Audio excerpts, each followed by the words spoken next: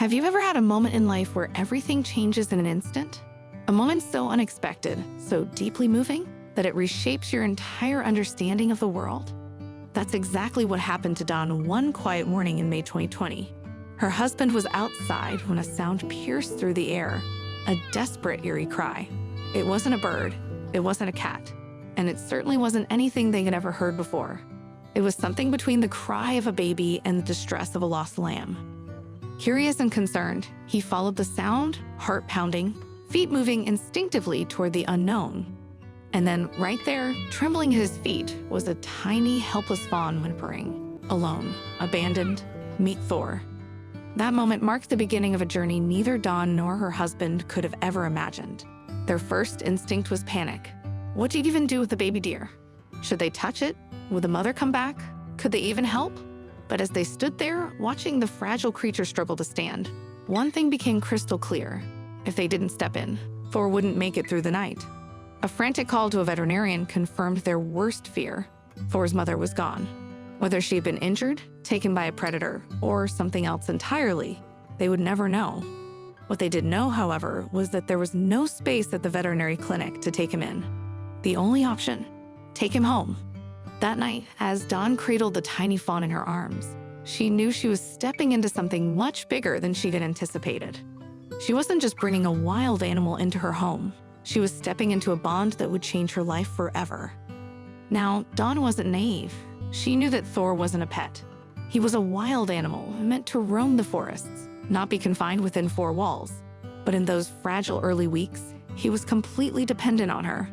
So she did what any mother would do. She made sure he was safe, warm, and fed.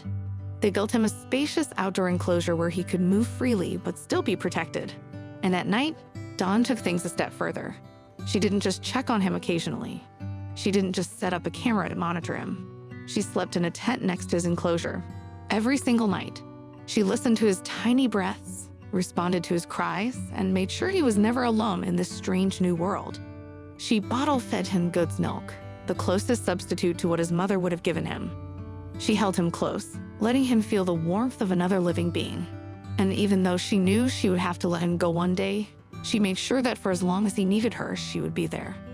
But Dawn also knew that raising a wild animal meant preparing him for the wild. So instead of treating him like a pet, she treated him like the deer he was meant to be. She taught him how to forage, leading him to bushes and trees where he could practice finding his own food. She let him explore, giving him the space to develop his instincts. And most importantly, she never forced him to stay. From the very beginning, Thor had the choice: stay or go. And then one day, he took his first steps toward freedom. By the time Thor was 4 months old, he was strong and independent. The enclosure was no longer needed, and the doors were left open. He could come and go as he pleased, and he did. But something incredible happened. Despite his newfound freedom, Thor always came back. He knew his name and would come sprinting back at the sound of Dawn's voice. Some mornings, she'd wake up to find him sitting patiently on the terrace, waiting for his bottle. Other days, he'd disappear for longer stretches, but he always returned. As months passed, Thor grew stronger. He became part of a local herd, a beautiful community of deer that welcomed him as one of their own.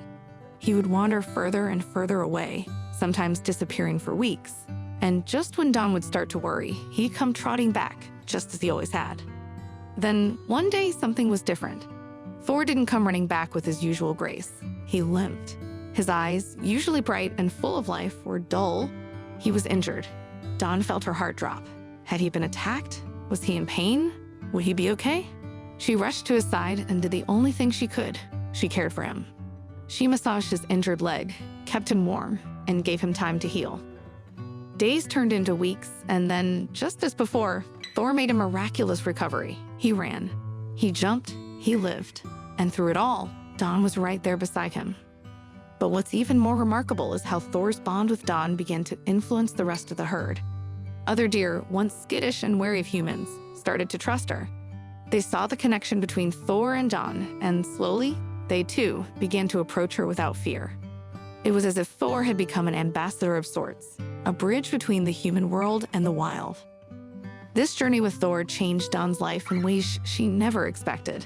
It deepened her appreciation for the world around her, for the animals that share our space, and for the unexpected connections that remind us just how intertwined we all truly are. And maybe, just maybe, there's a lesson in that for all of us. So as you finish this story, ask yourself, when was the last time you truly stopped to appreciate the nature around you? When was the last time you took a moment to notice the life that exists beyond your own?